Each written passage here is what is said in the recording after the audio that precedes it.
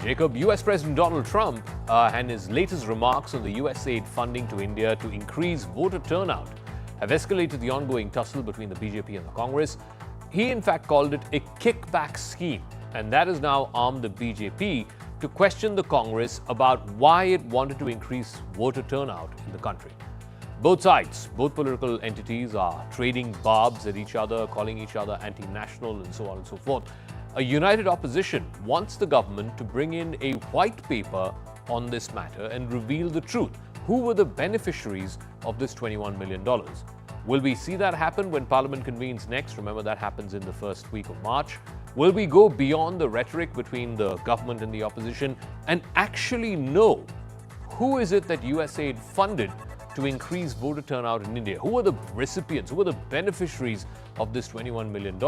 Because at the end of the day, a United States at 59% voter turnout should not be spending $20 million for India, which is at 66 or 67% voter turnout, to try and increase. Because if anybody needs monies to increase voter turnout, it has to be the US, not so much India. But will we get to the bottom of it? Will we know who the beneficiaries were, who the recipients were of this money? We'll try and explore all of that. But first, the story. $21 million for voter turnout in India. Why are we caring about India turnout? We got enough problems. We want our own turnout, don't we? Can you imagine all that money going to India? I wonder what they think when they get it. Now, it's a kickback scheme. You know, it's not like they get it and they spend. They kick it back to the people that send it, I would say, in many of these cases, because nobody has any idea what's going on. Donald Trump's kickback scheme has triggered a huge debate back home. The question is, and a news report today claimed, allegedly, that this $21 million funding for voter turnout was actually for Bangladesh and not for India. The BJP rubbished that report, calling it fake news, saying it misrepresents the reference to a $21 million funding tranche. In fact, the Congress cited that news article to ask if the BJP should verify facts before pointing fingers at the Congress party. Now, the BJP IT cell chief, Amit Malviya, has accused the particular media house that came up with that story. It is accused that MOU that was signed in 2012 between the Election Commission of India and the International Foundation for Electoral Systems, the IFES. The Congress has promptly pointed out that the BJP's own leaders have been linked with USAID in the past when they were in the opposition. The media report also highlighted USAID fund for Bangladesh and for political and civic engagement. The BJP has accused the UP of enabling the infiltration of India's institutions. The Congress has said that this was nothing but selective finger-pointing. As the BJP has claimed that the Congress and the first family, the Gandhi family, were anti-national, the grand old party has turned the tables around to ask if the BJP was not being anti-national by indulging in finger-pointing before getting the facts straight. कि पूरा देश जान गया है कि राहुल गांधी गद्दार हैं। मोदी जी से नफरत करते करते वो कोई भी ऐसी गतिविधियों में लिप्त पाए जा सकते हैं, चाहे वो देश विरोधी क्यों ना हो, अगर मोदी जी को नुकसान हो और भारत को नुकसान हो। We don't know where those funds have gone. We don't know where those funds came from. अगर आपको संशय है तो चलिए 70 साल का आप पूरा श्वेत पत्र निकालिए। हमें तो मालूम है ना किसने क्यों लिए थे। All right, Shazia Elmi of the BJP National Spokesperson, Nigat Abbas, spokesperson of the Congress, joining us. Thank you very much for joining us here on Brass Tacks. Shazia, let me start with you first. So the Congress is citing this media report put out by the Indian Express that this 21 million, according to that report, was not meant for India. It was actually meant for Bangladesh. The Congress is saying that Mr. Trump spews lies and the BJP has sort of bandwagoned itself to Mr. Trump's lies. Ultimately, none of this money actually came into India. It was for increasing voter turnout in our neighbor. How do you respond to that? Good evening, Zaka. First of all, I would like not just you, but all your viewers to read into and comprehend some basic English, which is exactly how the X tweet by DOGE, which is Department of Government Efficiency, writes that the government will be spending, USAID will be spending. So, and I think it was very clever of certain newspapers who have very cleverly put together this picked up this number $21 million, and this 21 million US dollars was actually used in 2022 by Bangladesh and was given to them. So they are using the same, and they think they're trying to be very clever, but they don't succeed because somehow they wanted to cover up and about the $21 million. So while the $21 million that I am talking about, that we are discussing right now, was to be allocated by USAID and was to be sent to India like it has been for various few years now, was the money that was to be sent, which has been slashed. But very cleverly, a media organization picked it up, and just like they do in a slate of hand spin doctoring, they have used the $21 million, which was actually used in Bangladesh in 22. That figure has been used and conflated. So we are not getting confused, and I don't think anybody should try and confuse us. The 21 million US dollars that we are talking about was to be sent for voter turnout and whatever euphemism you want to say, but clearly it is a hindrance and interference in Indian elections. Now, how long has it gone for? I mean, I do have some figures. I will come back to you later with it. But the fact of the matter is that no less than Trump, no less than the President Trump is saying this. And Trump is also mentioning kickbacks. The reason we are not getting to know the mystery benefactors is because of kickbacks. So let me ask Nigat Abbas of the Congress. No less than Donald Trump, the President of the United States, has said that these were kickbacks. He has said, why are we giving $21 million to India? Maybe they wanted someone else elected. All of this, of course, on the back of the Doge revelations by Mr. Elon Musk, that 21 million was being given to India for quote-unquote voter turnout. So is the US president wrong? Is Mr. Musk wrong? Is Doge wrong? This money was being given to India. Point is, who were the recipients of this money? Hi, good evening, Zaka, and good evening to all the viewers of CNN News 18. Zaka, it is very clear with the news, which the newspaper had mentioned that those 21 million US dollar were given as an aid to Bangladesh and not India. And if at all we were to believe Shazia Ilmi and Gaurav Bhatia today, that because he did a press conference, he conducted that if were to believe them, that this money was given to India to create a political unrest, then who would be the most benefited out of it? Because the Bharatiya Janata Party itself claimed that it was given to India between 2012 and 13, wherein the reality is in 2014 BJP came in power. I am very much sure that Shazia Ilmi would back the statement that the entire money was used by the Bharatiya Janata Party and the NGOs who later aligned with Bharatiya Janata Party in 2014. Herin, when we go back in time, Zaka, we should not forget that we should always look into the matter what BJP is opposing today. Looking at these pictures, I have few pictures here to show. Look at these pictures. This was the times when Modi ji was not a very known leader. He had gone to the American Council of Young Political Leaders, which America had organized a political meet, which was funded by USAID, for as matter Shazia Ilmi should know. Swachh Bharat Abhiyan, which is a big campaign under Bharatiya Janata Party's government, was funded by USAID. I did not interfere you, Shazia. Allow me to speak first. This is the amount which was given for Swachh Bharat Abhiyan to Indian government, Modi government, we should not forget. When Smriti Irani, one of the major leaders of Bharatiya Janata Party, had become the ambassador. I have more. $41 million were given by USAID to Bharatiya Janata Party's government for the clean energy, and so on and so forth. Jaishankar ji was meeting the administrators, PM was meeting the administrators of USAID. These are the pictures, and Devendra Fadnavis had taken the funds from USAID. So the list goes on and on. So when Shazia Ilmi and Gaurav Bhatia and the entire Bharatiya Janata Party tries to propagate that it is the, to save the India sovereignty, I must tell the viewers that it is not the concern for the sovereignty of India, but a political opportunity what BJP is trying to get right now. Because if at all you were so much concerned about the political interference of the political funding, I am sure Modi government and Bharatiya Janata Party's leader would have never attended programs of the American think tanks which were funded by USAID. Let me just clarify this for our viewers. For example, in the calendar year 2024, $151 million was what USAID sent to India. A large amount of this went to the health ministry, some to the education ministry. Of course, these were routed through NGOs. They use it for, the AIDS program. They use it for the tuberculosis program. They use it for, government schools, so on and so forth. But there was also about $6.7 million in the calendar year 2024, which went to promoting democracy, human rights, and basic facilities, and so on and so forth. My point is, Shazia, ultimately, Mr. Trump, Mr. Musk, they've all made this claim, as per Doge, that $21 million was sent to India for increasing voter turnout. That's what they know. That is their end of the monies. Who were the ultimate recipients, the beneficiaries of this money, has to be revealed by the government of India. You have to conduct that probe, and you have to reveal and put out in the public domain who got this money, who got the $21 million. Absolutely. Yes. So this is a hardly well-kept secret.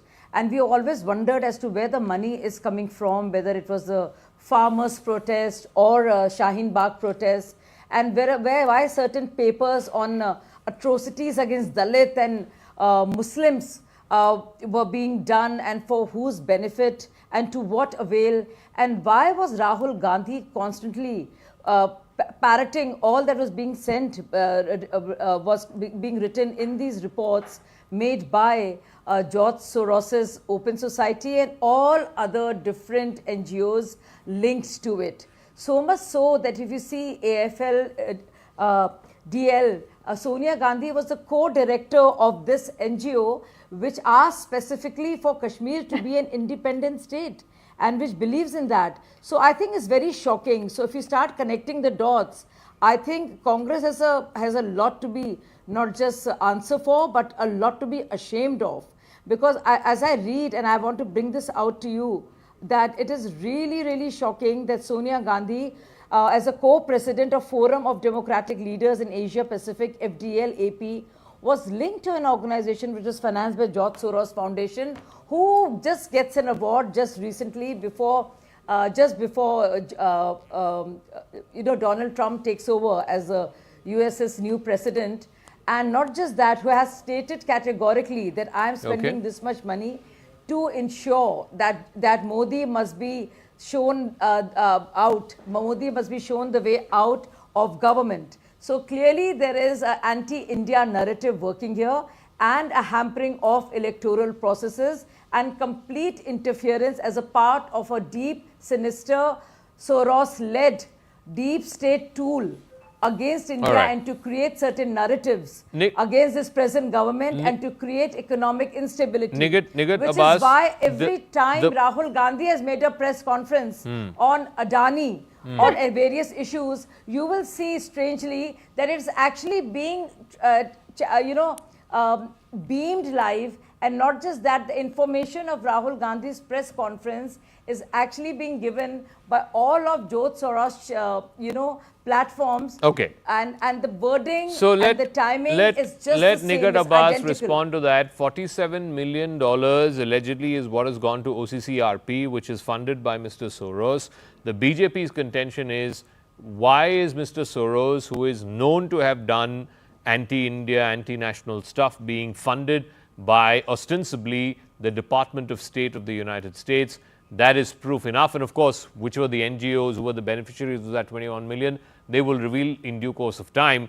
But they are putting two and two together, saying that these anti-India elements funded by OCCRP, monies that came in from USAID, basically there were elements in the US government, in the US State Department, who wanted Modi out. And that's what Trump is also saying, that maybe they wanted to elect somebody else, and that's why all this money went to India. Please respond. Zaka, Shazia Ilmi just mentioned a shameful word at least thrice or four times, saying that Rahul Gandhi and Congress party should be shameful. Shazia, who should be ashamed right now is to be Bharatiya Janata Party's government. And I'll tell you why. Because since 10 years, you were just sitting on it. Where has your intelligence gone? When the foreign funding was coming in, where were your officials, where were your Bharatiya Janata Party's so-called organization when the foreign fundings were coming in? That is shameful that you've lost. the BJP government completely failed when you felt that it was a political interference from a foreign organization or a country. Answers, Now, right? going back in You time have no once again, answers to Zaka. give. Okay, I Right? did not one at a speak time, over please. you, One at a Shazia. time. I did One not at a speak time, over please. you, Please. Shazia. Please, thank In you. Zaka, Thank you. Zaka's show, the debate One at a doesn't time. happen this way, Thank you. Shazia. I didn't Thank speak you. over you. Let me speak. Now, Zaka, let's go back in time once again, because she's been talking about the political organizations funding from the foreign countries to India. Let's go back in time in 2016 and 18. Who had amended the FCRA Act, Madam? Who had? Bharatiya Janata Party's government, which retrospectively, Exactly. help legalizing the funds which were coming You from are- the political You are cutting a very organization sorry or figure, non-political organizations, the political fund. Ma'am, cutting a very you know, sorry Zaka, figure. can you please It allow is me to we speak who and have ask this worked female to on be these- quiet for a second? Okay. Madam, I will not let you I'm speak. I can helping you. shout more than By you. not Trust letting you me on speak, that. I'm helping you You don't because know you're me, or making- maybe Okay. you know that. You're cutting Now, it when off. I'm Okay, just- when I'm I just talking wish about the I pages wish of Bharatiya I wish Janata both our Party. spokespersons could speak during their time, but we'll leave it at that. I want to thank both Shazia Elmi and Nighat Abbas for joining us, because let's see, ultimately, the onus of who received that money is not on the US government. It's not on Donald Trump or Mr. Musk or Doge. Ultimately, the government of India has to put it out in the public domain as to who the beneficiaries of this money were, because these are very, very serious charges that $21 million went to Indian entities to try and, quote unquote, increase voter turnout. Why that money was spent and who got that money is something that we need to see. But let's move on to the other big story that we're tracking.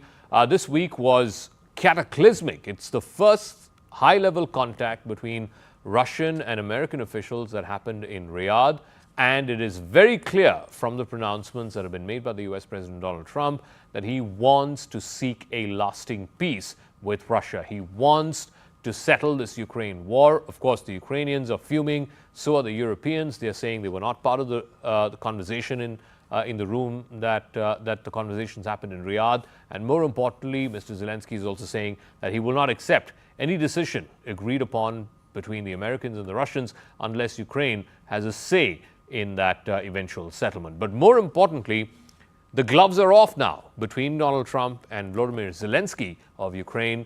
In fact, Mr. Trump has called Mr. Zelensky a dictator without elections. Is he laying the ground now for throwing Zelensky under the bus? He's been talking about elections, talking about Zelensky having very unfavorable ratings and that the Ukrainian people need to choose a new leader. Secondly, does it also indicate that Trump and his new administration are paving the way to try and end all US military funding to Ukraine? I explain the story.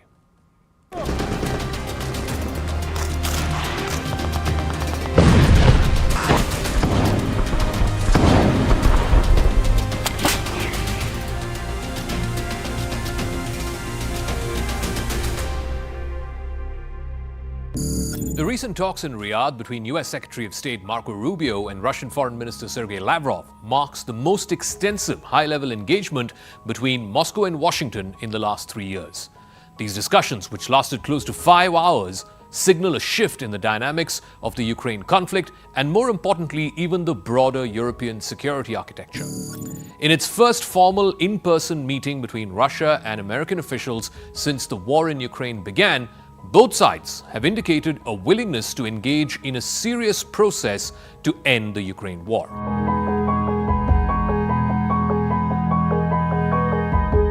Some of the key achievements and breakthroughs of the Riyadh negotiations include both the United States and Russia agreeing to form high-level working groups to begin discussions, hoping to negotiate an end to the Ukraine conflict.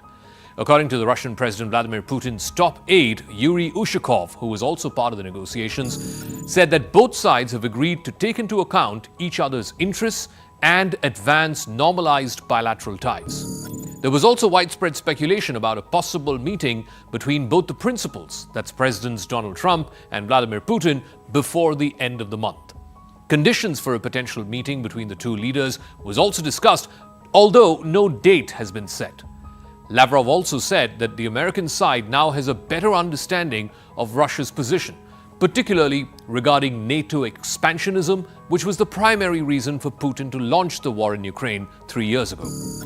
Trump's national security advisor, Mike Waltz, who was also present at the talks, indicated that the issues related to territory and security guarantees both were part of the discussions.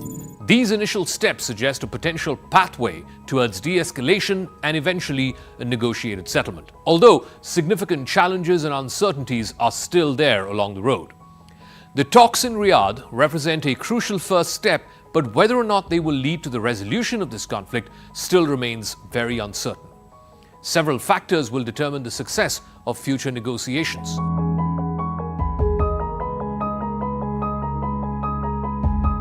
While American officials have said that there is no intention to exclude Ukraine or any of its European partners from future peace negotiations, the fact that they were not present in the room in Riyadh and were not included in these initial discussions has raised some concerns across Europe and certainly in Kyiv. European experts have warned that Washington has begun negotiations with Russia over the heads of Ukraine and other Europeans, and that these talks eventually may extend beyond ending the war.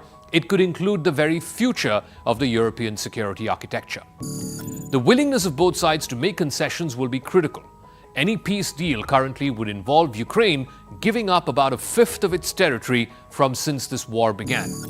However, it remains to be seen whether Ukraine will be willing to cede any territory at all or compromise on its aspirations to join NATO.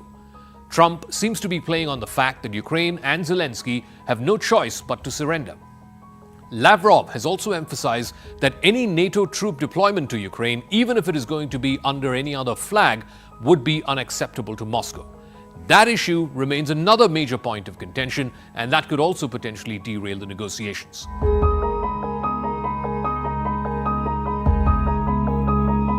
So let's game out the future scenarios. How could the Ukraine war likely play out over the next 3 or 4 months? Several scenarios could unfold in the coming months, depending on the progress of negotiations and depending on the actions of the key stakeholders. Scenario 1, there is a negotiated settlement and an end to the hostilities between Russia and Ukraine. Now, in this scenario, both the US and Russia continue to engage in constructive dialogue. Ukraine and its European partners will eventually join the negotiations. A ceasefire is agreed upon, and discussions begin on a long-term political settlement. This could involve some amount of territorial concessions from Ukraine, security guarantees for Ukraine, potentially short of any full membership to NATO. That's completely off the table. It could also pave the way for lifting of sanctions against Russia, and ultimately, this is the big one, this could pave the way for holding elections in Ukraine. Trump, in fact, has been insisting that Zelensky is not all that popular since this war began. He's also been egging on the Ukrainian people to go for elections soon. I love Ukraine, but Zelensky has done a terrible job. His country is shattered, and millions of people have unnecessarily died. And you can't bring a war to an end if you don't talk to both sides. You got to talk. They haven't been talking for 3 years. The message from Washington, the message from Trump directly seems to be very clear. If Zelensky stands in the way of a peace deal, then Zelensky can be dispensed with. That's the first scenario. The second scenario is that the Ukrainians continue to fight on, egged on by its European partners. That would lead to a frozen conflict. If these negotiations between the United States and Russia stall or they fail to produce a breakthrough, the conflict could then devolve into a frozen conflict, just like the Korean War. Neither side is able to achieve a decisive victory. This would involve continued fighting along the front lines. There would be no end in sight for the ongoing humanitarian crisis in Ukraine, and there would be heightened tensions between America and its European partners. If Ukraine decides to carry on fighting, then Europe will have to step up to fill the void that's been left behind by America's withdrawal. And then there is scenario 3, which is less likely, but it's possible.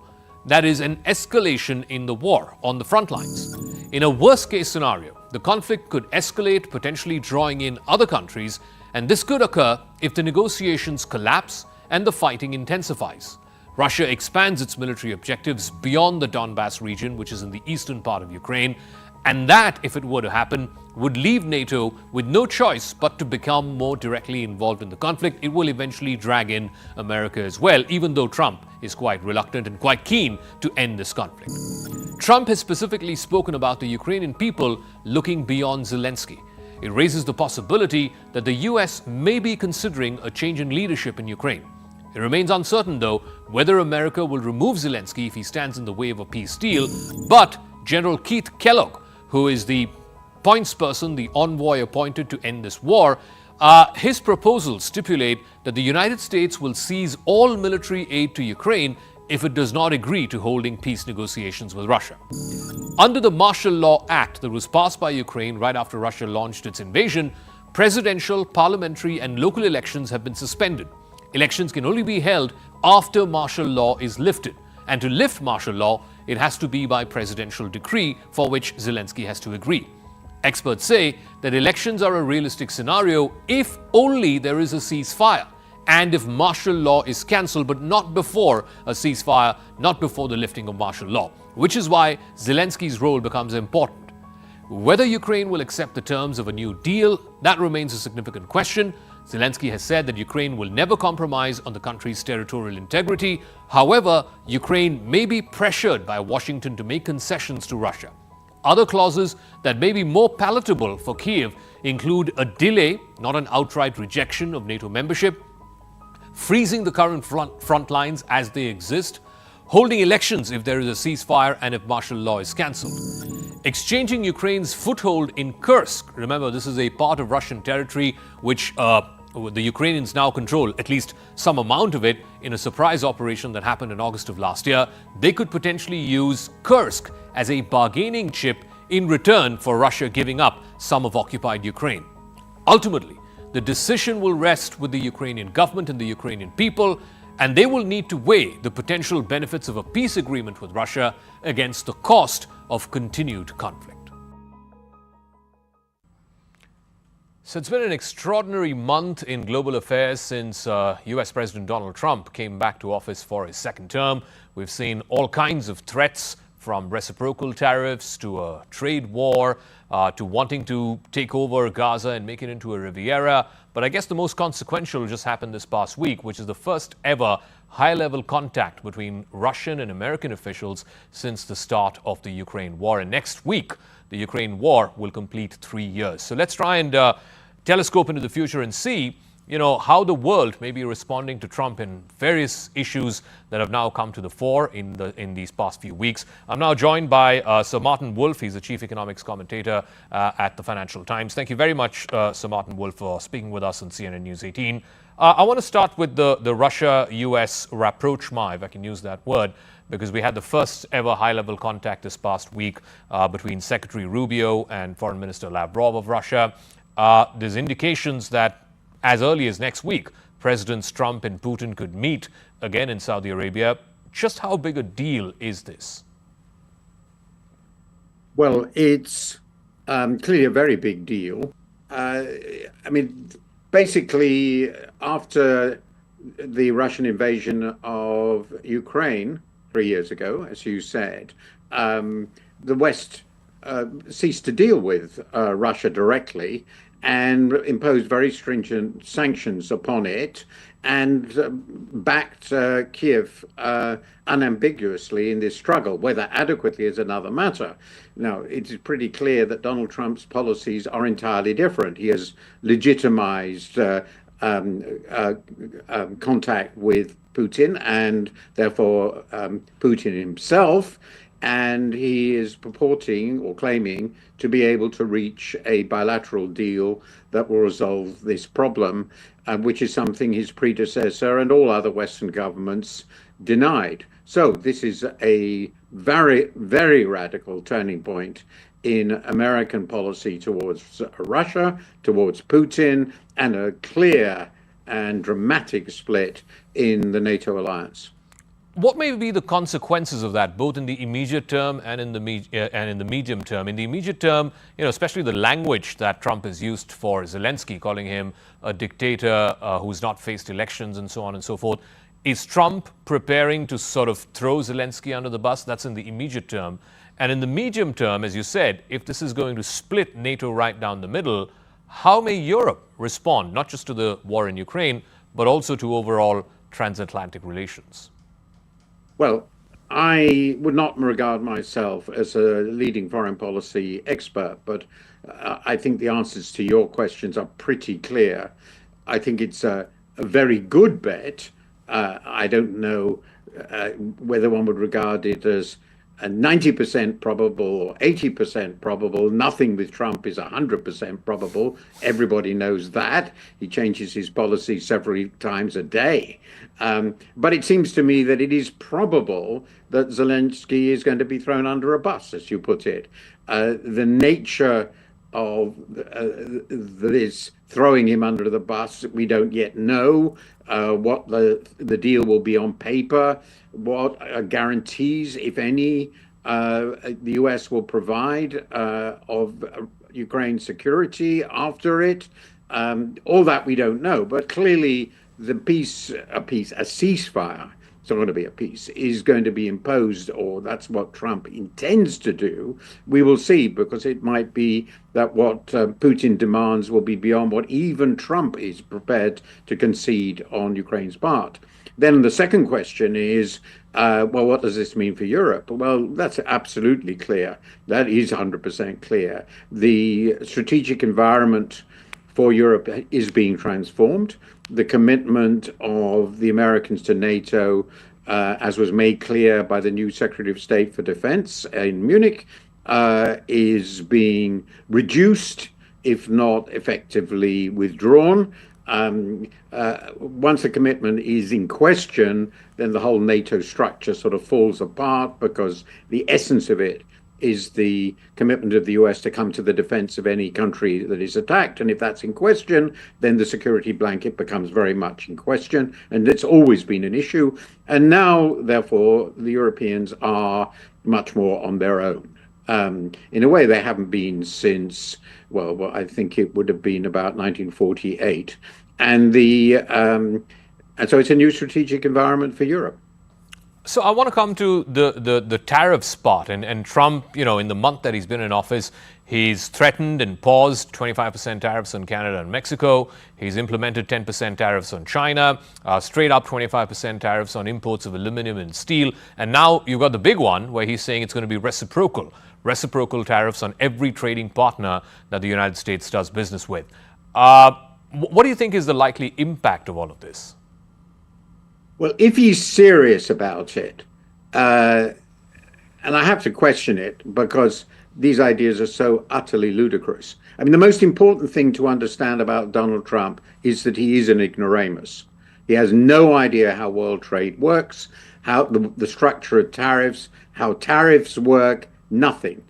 But if he says, we are going to reciprocate every other country's barriers against us perfectly, which is an insane policy, by the way. There is no economist I'm aware of, even the most protectionist, interventionist, who would say that's a rational policy. But leave that aside. Assume he does it. Well, he's going to have very low tariffs on Europe, because European tariffs are very low. Formally, China's tariffs are pretty low, so he's going to have to invent a whole lot of other barriers which are not recorded, against which he will reciprocate. India, on the other hand, if he's going to go reciprocal, he's going to be hit very hard, because India's tariffs are relatively high. And if he says, well, our tariffs against India should be exactly the same as India's tariffs on goods that we export, then by definition, that's where the tariffs are going to be highest in America. That's what reciprocity will mean. This is a very old policy of the US, about 100 years old, actually. So in general, emerging and developing countries have higher tariffs, not all, but have higher tariffs than developed countries, simply because the developed countries started cutting their tariffs earlier, about 30, 40 years earlier. So this would create a very strange pattern of tariffs in which the tariff paid by American consumers of particular goods will depend on exactly where they come from, on which country it comes from. They'll all be different. So there will be many, many, many different tariffs for different products. Then there will have to be some questions raised about all the intermediate products that go into goods coming from, say, India or Vietnam or whatever. And then finally, there will be this very strange pattern that American protectionism will rise highest against relatively protectionist emerging and developing countries. Is that really going to happen? I have no idea, because it's just so crazy. But Trump has been using, for example, the example that he's been citing is cars. He says European cars are tariffed much lower in the United States than American cars are in Europe. Is there any merit to that argument? And he's saying, as a way to get around it, come and manufacture in the United States. It is true that as a result of a war which occurred back, if I remember, the 60s, this is a very long time ago, in that war, which I think was called the Chicken War, but the details even I've forgotten, and I might be wrong on this. U.S. tariffs, European tariffs on U.S. cars ended up relatively high.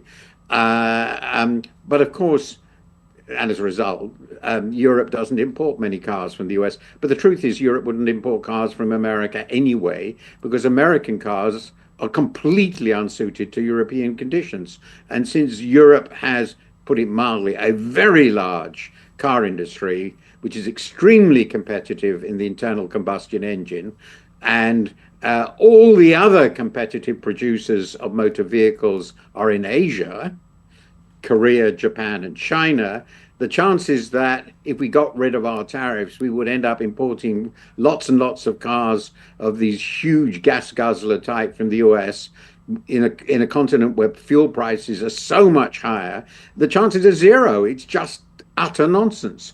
But overall, European tariffs are very low on the US, as in general, until all this nonsense, were US tariffs, because they were part of a reciprocal negotiation, and the reciprocal negotiation about tariffs, with exception of one or two anomalies like that between the US and Europe, started with the so-called Kennedy round in the 1960s, which is why I'm referring back to that time. So okay. This is 60 years ago. So basically, it's just nonsense. So you said, generally the tariffs are higher with developing countries like India. So we're just looking at some of the list of items where Trump wants India to lower tariffs, whether it's on agricultural produce, on meats, or on leather, on gems and jewelry. Now, the reason why countries like India, developing countries like India, have such high tariffs is because they don't want to be, they feel that their local industry won't be able to compete. Like, for example, Indian farmers won't be able to compete with imported stuff. What does a government like India do at the stage of development it is in right now to try and counter the threat of these reciprocal tariffs? Well, the reason, indeed, that developing countries are allowed to have higher tariffs, and also, in certain circumstances, quantitative restrictions, is that there were exceptions explicitly in the General Agreement on Tariffs and Trade and the World Trade Organization, now vilified institutions, to protect the right of developing countries to do just that. And developed countries, including the US and the Europeans and the Japanese, all accepted that. So Trump is repudiating quite openly the system of ideas embedded in the GATT WTO that allowed developing countries to make the arguments you have made. So I would say it's a very unfriendly act, and your prime minister should respond very vigorously. Now, whether the particular pattern of protection that the Indians have taken, this is a very complicated argument I don't want to go through, has been good for India, I think is an open question. It's a lot of debate. And by and large, I'm one of the people who feel that the liberalization India has gone through over the last 35 years has helped it.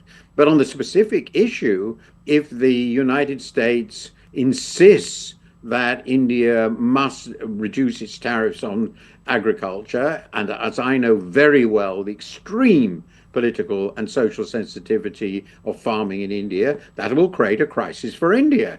And I think the only possible thing for the Indian government to say in that situation is no. I mean, I just don't see what else they can say unless they can find some other way of supporting farming. And the only other way is through subsidies. And it would seem to me that India doesn't have the money to replace tariffs with subsidies very easily without completely transforming fiscal policy. So it seems to me that India has to say, this is what we're allowed to do. This is in our interests, and we're going to have to find some way together, and we have very important mutual interests. So I would advise you, Mr. Trump, not to do this, and so we can continue to have a harmonious relationship. All right. As we come to the concluding part, and I want to know your thoughts on this, because this has again taken a lot of airtime on television. It's consumed a lot of newsprint space as well about what Trump intends to do in Gaza. He said some pretty outrageous things about making it into a Riviera. The Arab countries have gone into a twist and they've said it's unacceptable. What do you think he's trying to play at? Is he trying to get the Arab countries to try and find a solution to this problem? He seems to have given almost like a carte blanche to Israel and to Mr. Netanyahu. Well, purely by chance, I've just come back from Israel, and all I can say from the people I've spoken to, not in the government, but people who are very interested, is they have absolutely no idea what he means. They are mostly very happy that he forced the ceasefire upon them, which allowed them to bring back the hostages. I imagine the people of Gaza are pretty happy that there's a ceasefire. So that's actually one of the few things he's done that I regard as really very positive. I mean, the killing is at the moment stopped. We must welcome that. Now, the question is, then what? Well, he's thrown this huge rock into the Mediterranean, as it were, metaphorical rock, saying, well, we're going to move everybody out of Gaza. Where are they going to go? And we're going to rebuild it as a Riviera. Are the Gazans going to come back? Who's going to go back? Nobody knows what this is supposed to mean. And people tend to the assumption that this is some sort of initial démarche statement, and that will start something off. But where it will lead to and what it would actually mean, I don't know. I have lots of ideas about it.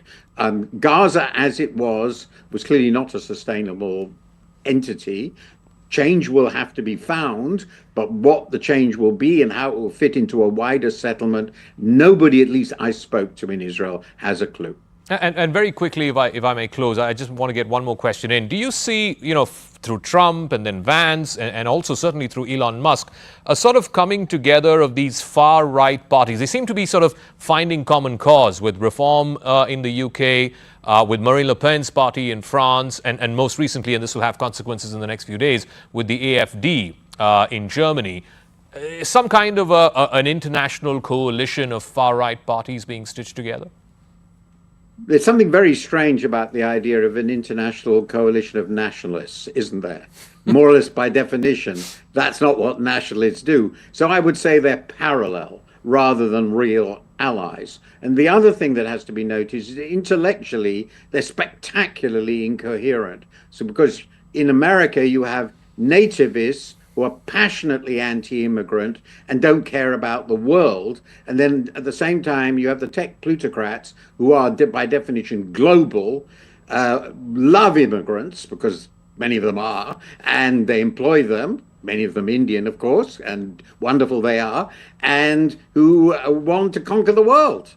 So how does that fit together? I mean, it seems to me that the far right that we're looking at now, apart from a few, they hate all wokeness, whatever that is. I really don't know.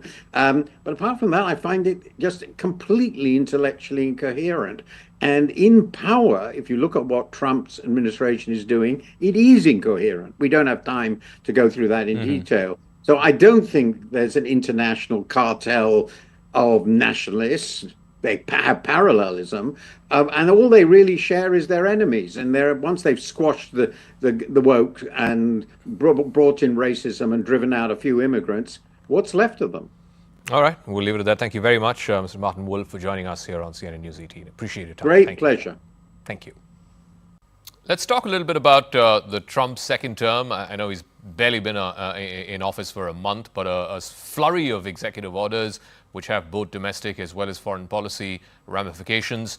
How do you see these 3 weeks that President Trump has been in office in the second term?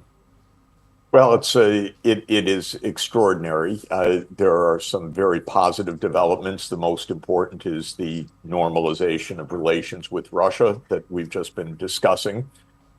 There's basically an assault on the U.S. Governance institutions internally, a dismantling of the regulatory apparatus, a dismantling of the federal civil service. This is very concerning. It is one-man rule. It is not by Congress. It's not by law. It's not by a budget vote. It's by executive decree. What we see is a remarkable deterioration of American institutions. We're a democracy hanging by a thread. We have certainly some institutional trappings of democracy. We have elections. But other than that, Congress is dysfunctional. It has no say in what's happening. We have one unelected person who happens to be the richest person in the world, Elon Musk, essentially dismantling the civil service. This is something astounding to behold. I don't think that this is a good approach for a sophisticated nation to dismantle its institutional apparatus this way. I actually don't think we need that kind of revolution inside the United States. What we need is rationality, plans, organization, explanation. We're not getting any of that right now. We're really getting a wave of noise, of tsunamis. We don't know exactly what, but what strikes me overall is that it's one person rule because it's all on the basis of executive decrees. Whether the courts hold. Yeah, sorry. Where do you see the opposition to this arising from? Is it going to be from the opposition party, the Democrats? Is it going to be through elections? But those, at least the midterms, are about a couple of years away. Or do you see it from the courts effectively staying this kind of executive orders?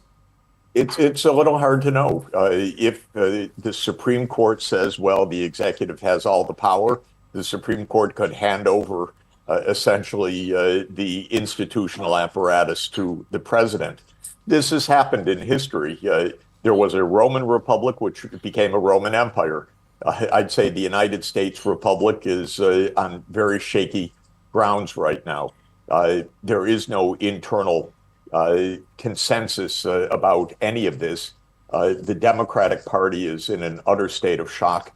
I don't know if it's essentially the same as the state of Congress in India, but it's a party that messed up so badly in the United States, governed so badly that it is very weak right now.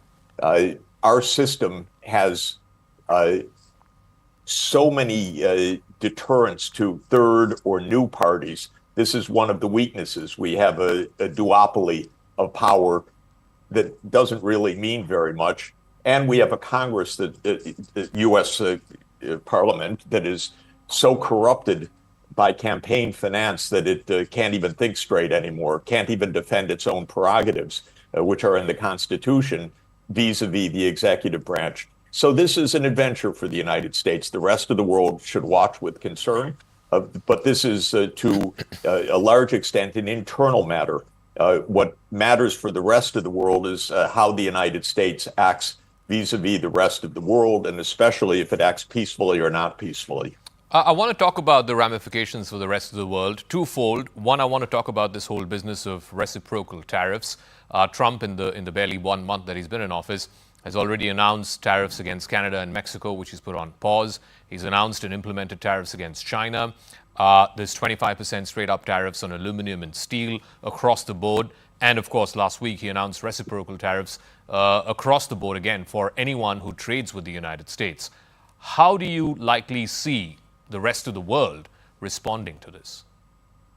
Well, the rest of the world should do or will do two things. One is the rest of the world will put measures against U.S. trade on a bilateral basis. So there will be a response. There will be a response from China. There will be a response from other countries. In other words, the U.S. will become more isolated in international trade. The second thing is the rest of the world should continue to have an open trading system. What Trump is doing makes no sense economically. It's not somehow favorable for the United States. It's not somehow the U.S. Gaining and hurting the rest of the world. This is self-damage of the U.S. It's going to make the U.S. Poorer. It's going to make the U.S. Less dynamic. It's going to make the U.S. Less connected with the rest of the world. It's no advantage for the United States. It's just a mistake. It's based on, frankly, 17th century ideas of mercantilism, that if you have a trade deficit, something is wrong. It's simplistic, and that's where we really are right now. But for the rest of the world, stay open, continue to trade. This is why economic growth is rapid. This is why India is growing rapidly. I was just in Ethiopia for the African Union Summit. They're achieving 8% per year growth. Southeast Asia is growing rapidly. China is growing rapidly because of open trade. And so the United States is turning protectionist because it's confused, it's wounded, it is upset that its unipolarity has been shown to be a myth. Well, okay, those are all psychological debilities of the United States, but they're not a reason to dismantle open trade and finance for the rest of the world. The economic argument, of course, just doesn't seem to make sense as to why the Trump administration would go on this almost trade war with its biggest trading partners, because ultimately, prices increase and American consumers end up paying more. But the political argument, again, please feel free to correct or explain to our viewers why this political argument is flawed. The political argument is, the industrial Midwest of the United States lost all its manufacturing jobs because China started manufacturing and India started manufacturing and all the rest of the world started manufacturing because of these open trading systems. And Trump and his MAGA base, his vice president, they all believe that if manufacturing has to come back to the United States, then they have to raise the walls and they have to become mercantilist or protectionist, as you said. Is there any, truth to that argument? This is the political argument, and it is the argument that put Trump into the White House 2 times, because the swing states in American politics are the industrial Midwest: Pennsylvania, Michigan, Illinois, Wisconsin, Minnesota, Ohio, Indiana. And Trump has won the industrial states by saying, I'm going to bring back jobs. What he doesn't understand is a very basic point. The real loss of jobs is to the robots. It's to the artificial intelligence. It's to the digital systems. You go to any factory. I tour factories all the time since I'm a development economist. There aren't jobs in factories in the kinds of industries that Trump is dreaming of. You go to an automobile factory anywhere in the world, by the way, anywhere. It has no people in it. It's got robots assembling the automobiles, and this is the future. So that's fine. People don't have to work in factories. They can work in other places and have a very good life and be very remunerative. Trump is trying to bring back jobs that don't exist. They don't even exist in China. I went recently on an assembly line in China. There were 80 workers on an assembly line that was about half a kilometer long, but it was all robots. And I was told in this factory, which was an astounding factory, that they had more than 1,000 workers on that line a couple of years earlier, but everything's been automated. So the idea that you're going to bring back jobs this way is just wrong. Trump doesn't understand it. He's picked people who are protectionist. The American psyche is wounded. It plays into politics. Anti-China is very resonant in the United States. It is in India also. But I don't think it's correct or accurate personally. I think We need decent relations everywhere in the world. So the point is, it has worked politically, but it will not work economically. And the American people will come to see that what Trump has on the agenda of dismantling the government, of pulling out of the climate agreement, of giving the green technologies over to China and India and others, this isn't going to lead to any kind of prosperity for the United States. And one final part, as we come to the concluding part of this interview, what's going on in Gaza? So you had Netanyahu, the first head of government to visit the White House in the Trump second term. Trump has said he wants to make Gaza into the Riviera of the Middle East, no right to return for the Palestinians. He wants Egypt and Jordan to, take in more of these Palestinian refugees. Do you see any of this going anywhere? Or if you can sort of, separate the sound and fury, and obviously this has caused a lot of outrage in the Arab world, what is Trump playing at? What is he trying to get to? The situation is straightforward. There needs to be a state of Palestine alongside a state of Israel. This is the only way to peace. Israel has become increasingly violent and militaristic to prevent a state of Palestine from emerging. American politics is completely in the hands of the so-called Israel lobby. And it has been, no matter which administration, Democratic or Republican, for decades. In my view, the United States gave over its foreign policy to Israel. This is ridiculous. American interests are not served by perpetual war, violence, massacres, war crimes committed by Israel in Gaza and increasingly, by the way, in the West Bank these weeks. Now, Trump, if he wants a successful presidency, should aim for peace, not only in Ukraine, but also in the Middle East and in East Asia. It's not hard to achieve. The United States should change its veto of Palestine, which it vetoed last year in the UN Security Council, to a pro vote. And then there will be a state of Palestine, there will be a state of Israel, and there will be a normalization of relations with Israel, which will give Israel real security. What we're watching right now and asking is Trump, like every other American president, simply in the hands of the Israel lobby? We don't know the answer. If he has any sense, he'll save his administration and change direction as he has done with Ukraine. It's too early to say whether he will wise up or whether he'll do exactly what Biden did and what Trump did in his first term and what Obama did, which was do whatever Israel has said. I say that Netanyahu is the great wrecker of American presidencies, because Netanyahu, to my mind, is a very violent person who makes no sense. And we ought to say no. There will be a state of Palestine, period, because the world does not want the war in the Middle East to continue. All right, Professor Jeffrey Sachs, we'll leave it at that. Thank you very much for this enlightening conversation, and thank you for your time. Thank you. Great to be with you. Thank you.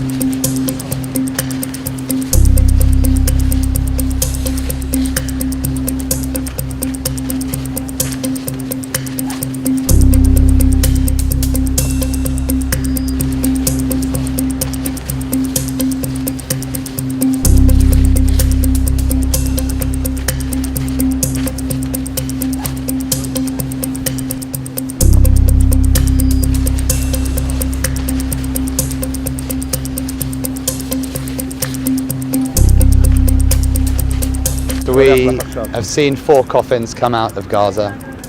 We know that one of them has been confirmed as the hostage Oded Lifshitz.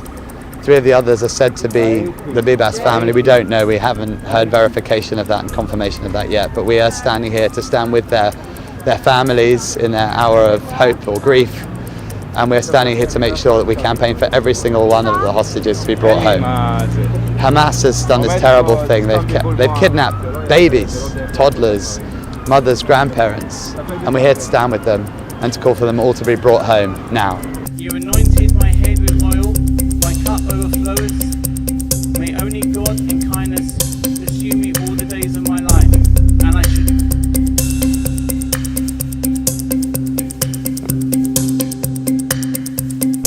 To Israel, we pray for the ascent of their souls. May the garden of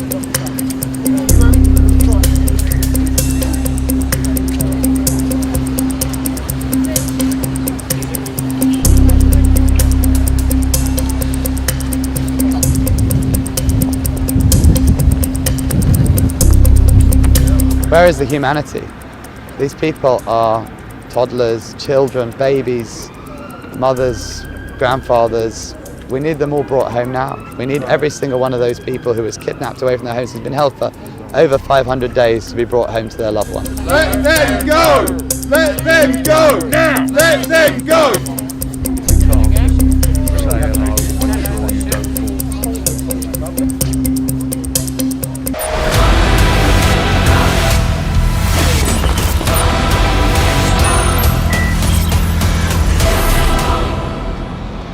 Viewers, when it comes to the national interest, there's no mincing words.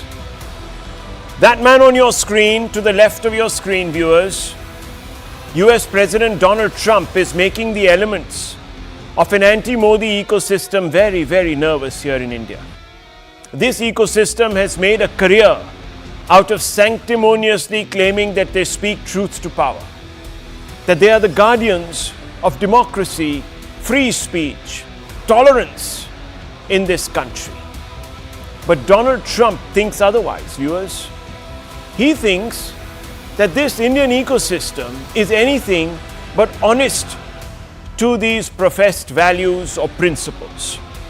Trump alleges that this ecosystem here in India was paid, quote, kickbacks, unquote, was funded to run a disinformation campaign against Modi to sway the Indian voter to pick, quote, someone else, unquote, to lead the country in the Lok Sabha elections. Viewers, the trouble is that Trump is just not letting up on these allegations. Not a day has gone by this week